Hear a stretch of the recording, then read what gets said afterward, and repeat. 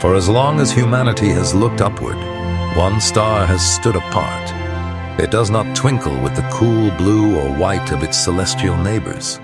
Instead, it burns with a steady, fiery hue. The ancients named it for the god of war. Mars, Ares, Nergal, Mangala. A harbinger of bloodshed, a symbol of power, an enigma wrapped in the velvet black of the cosmos. But as the centuries passed, the god of war was demystified by the lens of the telescope. Galileo saw a sphere. Christiaan Huygens saw dark patches and a polar ice cap. Giovanni Schiaparelli saw what he called canali, channels, which the world mistranslated as canals. Suddenly Mars was no longer just a wandering star. It was a world. And in the human imagination, it became a world populated by beings, civilizations, and dying empires. The space age shattered our illusions. When our first robotic emissaries flew past the red planet in the 1960s, they did not find gleaming cities or irrigation canals. They found a desolate, heavily cratered wasteland, a freeze-dried desert bathed in deadly radiation. Mars was, seemingly, a dead world. Yet, the closer we looked, the more complex the story became. We discovered a planet of extremes, a world shaped by apocalyptic forces, and a place that holds the very secrets of our own solar system's turbulent past. This is not just the story of a dead rock. This is the story of a world that once lived, died, and may one day live again.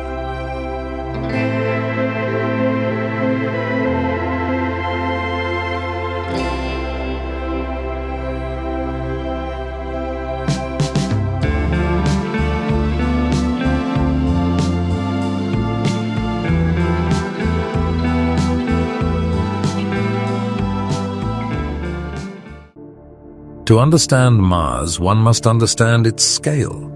Mars is a small planet, only about half the size of Earth, with just 11% of its mass. If you were to stand on its surface, you would weigh only a third of what you weigh on Earth. But despite its diminutive size, Mars hosts the most colossal geological features in the entire solar system.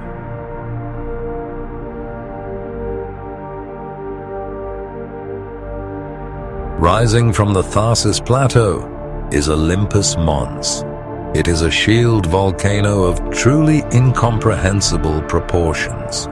Standing 21 kilometers, or 13 miles, high, it is nearly 3 times the height of Mount Everest.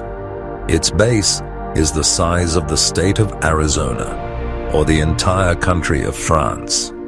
Because Mars lacks tectonic plates like those on Earth, the crust remains stationary over a massive volcanic hotspot for billions of years, allowing the lava to build this unimaginable mountain layer by layer. When you look at Olympus Mons, you are looking at a monument to planetary stillness. On Earth, the Pacific Plate moves over the Hawaiian hotspot, creating a chain of smaller islands. On Mars, the crust didn't move. The volcano just sat there, erupting and growing for eons, undisturbed.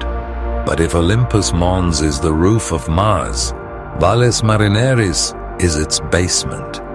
This immense canyon system stretches over 4,000 kilometers, long enough to reach from New York to Los Angeles. In places, it is 7 kilometers deep. The Grand Canyon in the United States would be but a minor tributary within this massive scar. Valles Marineris was likely formed not by water, like the canyons on Earth, but by tectonic fracturing. As the Tharsis region swelled with magma, the crust of Mars stretched and tore apart, It is a vivid reminder of the violent, dynamic youth of a planet that is now largely quiet.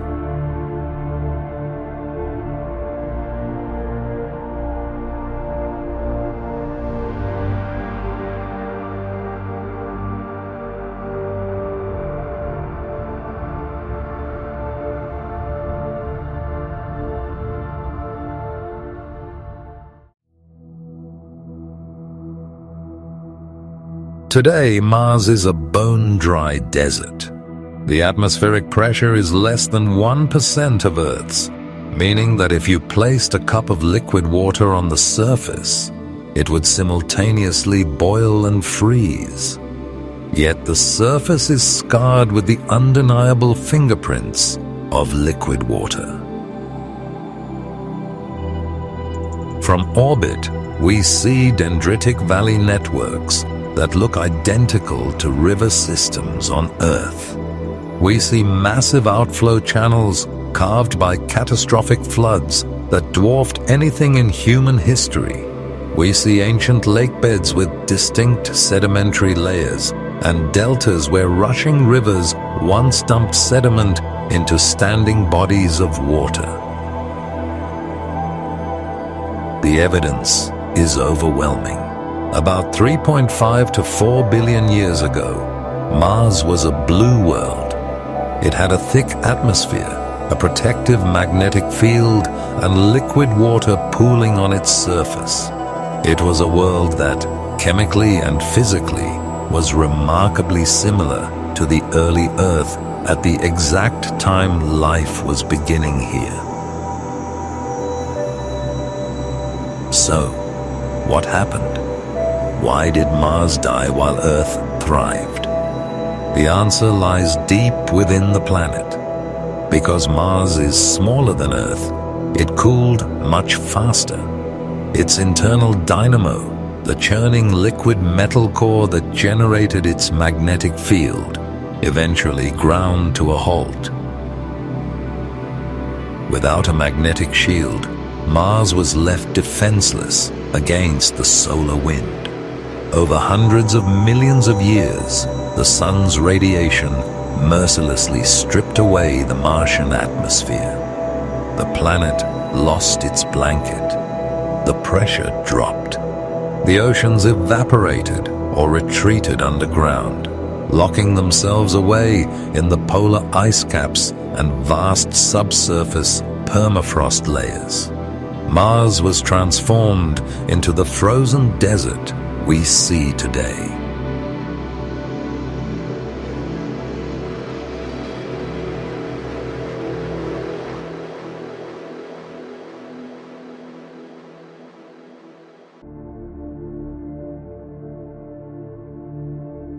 Humans could not go to Mars, so we sent our machines.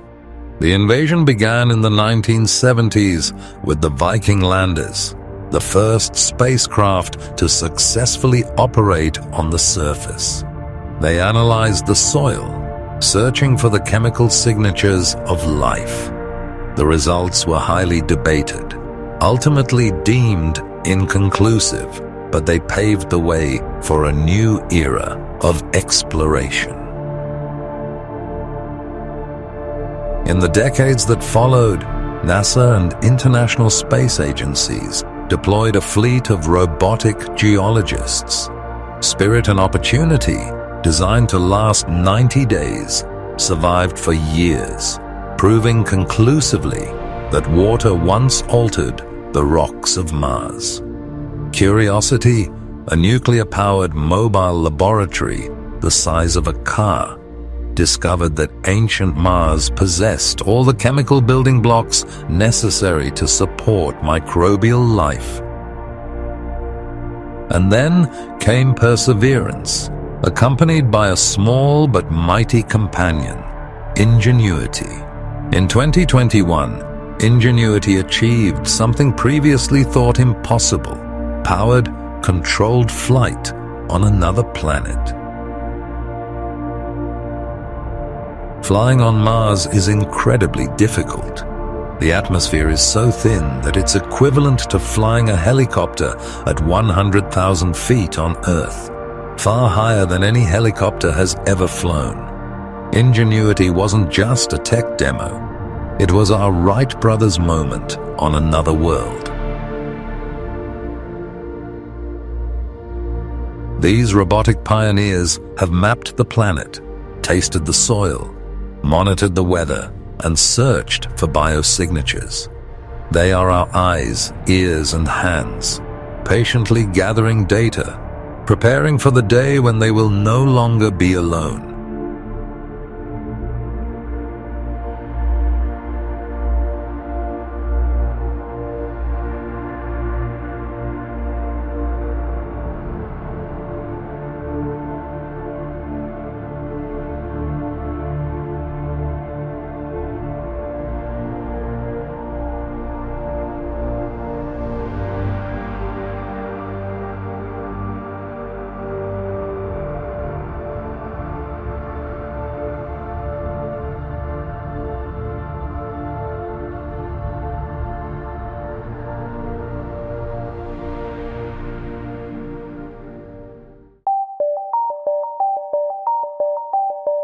The dream of sending humans to Mars is as old as the space age itself. But the reality of keeping humans alive on the red planet is a nightmare of engineering and biology. Mars is actively hostile to human life. First, there is the atmosphere. It is 95% carbon dioxide and incredibly thin. You cannot breathe it. Second, there is the temperature. While a summer day on the Martian equator might reach a balmy 20 degrees Celsius, temperatures plunge to minus 100 degrees at night. But the silent, invisible killer is radiation. Without a thick atmosphere or a magnetic field, the surface of Mars is constantly bombarded by galactic cosmic rays and solar radiation. Long-term exposure would drastically increase the risk of cancer and central nervous system damage. To survive, early explorers will have to live underground, utilizing lava tubes or covering their habitats with meters of Martian soil to shield themselves. We also have to consider the gravity. Mars has 38% of Earth's gravity. We know that zero gravity degrades muscle and bone density. We don't yet know what partial gravity will do over years or decades. Will children born on Mars be able to visit Earth? Their skeletons might not withstand the crushing weight of their homeworld's gravity. Survival will require radical self-reliance. Resupply missions from Earth will take over 6 months, and launch windows only align every 26 months. A Martian colony must master in situ resource utilization, extracting water from subsurface ice, generating oxygen through electrolysis, and synthesizing rocket fuel from the carbon dioxide in the air. On Mars, nothing can be wasted. Every drop of sweat, every breath must be recycled.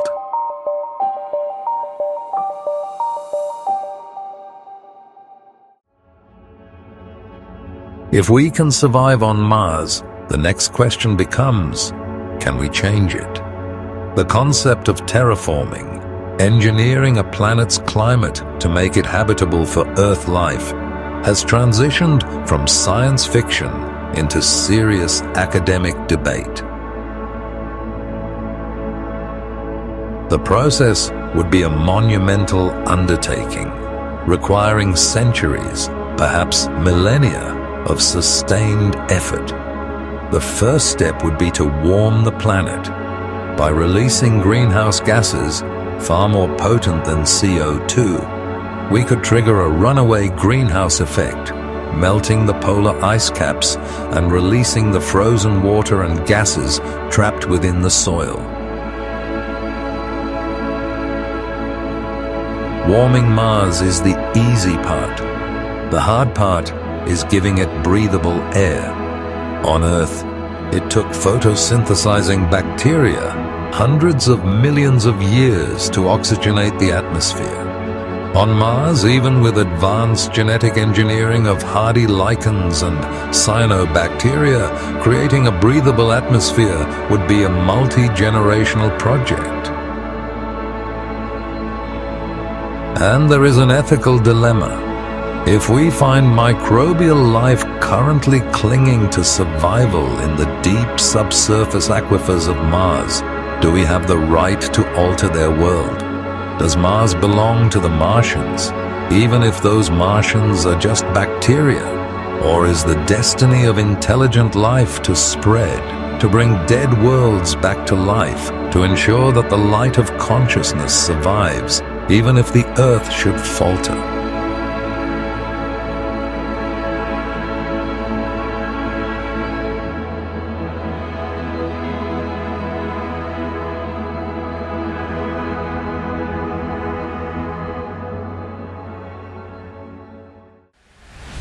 Mars is not a backup planet.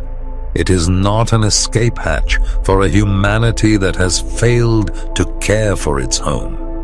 Earth is uniquely, perfectly suited for us, an oasis in a hostile universe that must be protected at all costs. But Mars is a horizon. It is a challenge that demands the very best of our ingenuity, our courage, and our collaborative spirit. The journey to the Red Planet will force us to invent new technologies, to understand life in extreme environments, and to look past the borders that divide us on Earth.